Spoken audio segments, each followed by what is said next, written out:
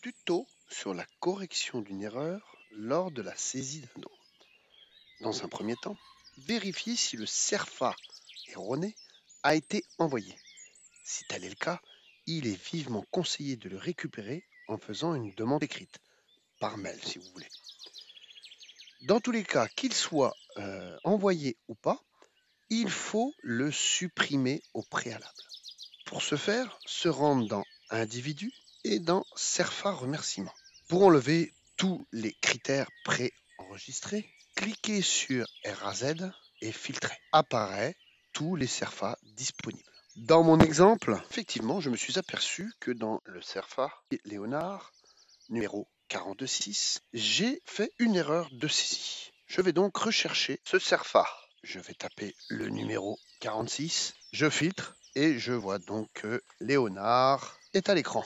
Je clique ensuite sur la sélection et je me rends dans bascule valide supprimé. Réfugis adresse un message pour confirmer cette bascule. Si je suis en accord, je valide. Le CERFA est basculé en statut supprimé, mais toujours dans la base, car c'est un document officiel qui ne peut être supprimé de façon définitive en lien avec l'administration fiscale. Maintenant, nous allons extourner l'écriture comptable qui est associée au CERFA. C'est-à-dire que nous allons pratiquer à la création d'une ligne d'écriture identique à l'origine, mais avec un montant négatif. Nous avons donc le numéro du CERFA qui est le 46 et nous cliquons sur le lien de l'individu pour accéder à sa fiche. Et nous nous rendons dans l'onglet comptabilité. Sur cet écran, nous sommes en présence des différentes écritures compta de Léonard. Le reçu fiscal numéro 46 est celui qui nous intéresse. Je vais donc cliquer